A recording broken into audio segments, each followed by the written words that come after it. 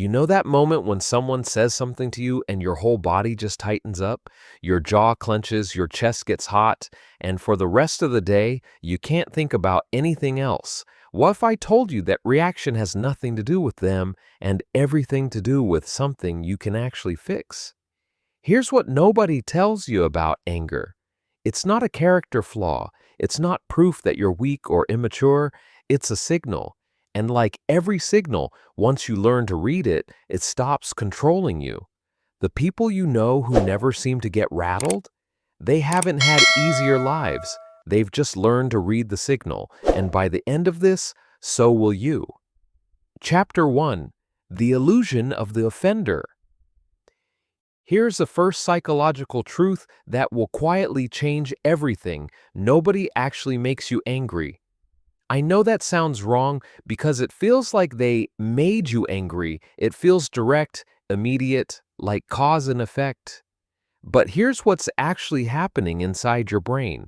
When someone does or says something, your brain runs it through a filter built from every past experience, every old wound, every belief you carry about yourself and the world. What comes out the other side of that filter is your emotional reaction. Two different people can hear the exact same comment and one laughs it off while the other is furious for 3 days. Same words, completely different reaction. Why different filters? So when your colleague interrupts you in a meeting and you feel that flash of rage, the rage isn't coming from them. It's coming from your filter. Maybe the filter says, people don't respect me. Maybe it says, I always get overlooked.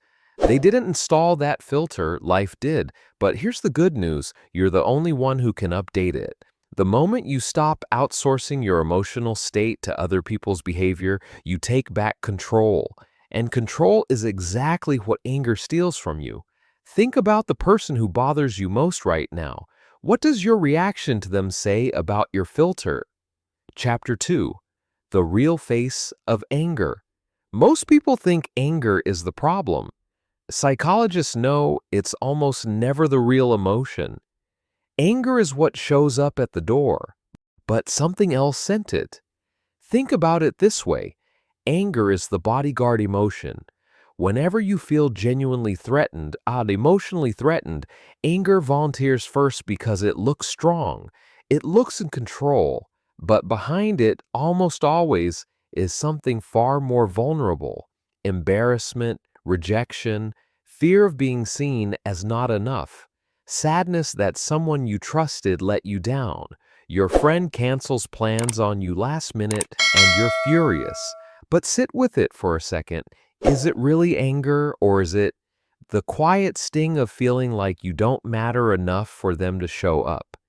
Your sibling makes a joke at your expense in front of others and you go cold and sharp. Anger, yes. But underneath? Humiliation. The old familiar feeling of being the punchline. When you learn to ask, what is this anger protecting? The answer will surprise you, and more importantly, it will give you something real to work with, because you cannot solve anger by managing anger. You solve it by addressing what the anger is covering. Next time you feel the heat rising, pause and ask yourself honestly, what's the softer emotion underneath this? That answer is where the real healing starts. Chapter 3: The 3-second window. You're wasting. Between the moment something triggers you and the moment you react, there is a window. Most people don't know it exists. For most people, it's invisible, it's gone before they even notice it. But it's there, and it is the most important real estate in your emotional life. Neuroscience calls this the pre-response pause. Viktor Frankl, who survived Nazi concentration camps and came out the other side writing about human freedom, called it the space where choice lives. In that tiny gap, however small, you are not yet reacting. You are still free. The problem is stress shrinks that window. When you're already tired, already overwhelmed, already carrying tension from 3 other things, that window gets so small it might as well not exist. and you react. And then you spend the next 2 days managing the damage of a reaction that lasted 4 seconds. Here's how you start expanding that window. The next time you feel a trigger coming, and you'll feel it physically first before you even process it mentally. Take one deliberate breath before you speak or respond. Not a dramatic pause, just one breath. That breath is you reclaiming the window. Over time, that window gets wider, and a wider window means fewer regrets. Consider the last time you reacted in anger and later wished you hadn't. What would one extra breath have changed? Chapter 4: Why Calm People Aren't Cold People. There's a myth that if you stop getting angry, you stop caring, that emotional control means emotional distance, that the calm person in the room is somehow checked out, unbothered because they're disconnected. That's completely backwards. The calmest people in the room are usually the most emotionally aware people in the room. They feel everything, they just don't broadcast everything. There's a crucial psychological difference between suppressing an emotion and processing it. Suppression means pushing it down and pretending it's not there, and that always comes out sideways, later worse. Processing means feeling it, understanding it, and choosing your response deliberately. The angry person isn't more passionate. The calm person isn't more robotic. The difference is one of them has learned that expressing every emotion as it arrives is not honesty, it's impulsivity dressed up as authenticity. You can deeply care about a situation and still choose a measured response. You can be genuinely hurt and still decide how you communicate that hurt.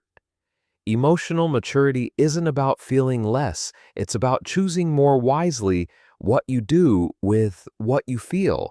Think about the calmest person you admire. They're not empty inside, they're just the author of their own reactions. Chapter 5: The Tolerance Trap. Nobody warns you about.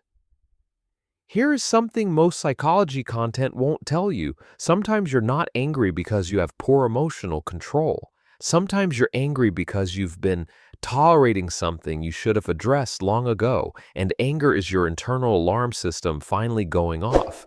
Tolerating disrespect quietly, letting boundaries get crossed repeatedly without saying anything, swallowing frustration to keep the peace. All of that builds up, and it doesn't disappear. It accumulates until one day someone does something relatively small and you explode in a way that seems wildly out of proportion to the moment. That's not an overreaction. That's 20 small things that were never addressed all arriving at once. The fix is not just better anger management in the moment. The fix is being honest with yourself and others earlier. A calm, clear, I'm not comfortable with this said once is worth infinitely more than 6 months of silent tolerance, followed by an eruption. Protecting your peace isn't passive, it requires active honesty. The people who rarely get angry aren't angels. They're just people who address small things before they become big things. What have you been tolerating silently that your anger has been trying to tell you about? Chapter 6: Rewiring the Pattern for Good. Here is where most people stop. They read the insights, they nod along, and then life happens and nothing changes. Because understanding anger is not the same as rewiring it. That takes one thing: repetition. Your current anger responses are not personality, they are neural pathways. Grooves your brain has worn smooth through years of the same reaction. The brain doesn't unlearn these automatically just because you now know better. You have to build new grooves deliberately through consistent practice. Pick one trigger this week, just one. Maybe it's the impatient driver. Maybe it's a particular tone your partner uses. Maybe it's being interrupted. When that trigger appears, your only job is to catch the window, take the breath, and ask what emotion is underneath. You don't have to respond perfectly, you just have to interrupt the automatic pattern. Do that consistently for 2 weeks and something neurologically real starts to shift. The old groove gets less automatic, the new response starts to feel more natural. This is not self-help optimism. This is how the brain actually changes. The person who never gets bothered didn't wake up that way. They built it, quietly, repetitively. One interrupted reaction at a time, you now have the complete psychological roadmap. Anger was never the enemy, it was always the messenger. Learn to read the message, update your filter, feel what's underneath, expand your window, address things early, and practice the new pattern, and you stop being a person anger happens to. You become a person who chooses every single time, who gets access to your peace. And trust me, not everyone deserves that access.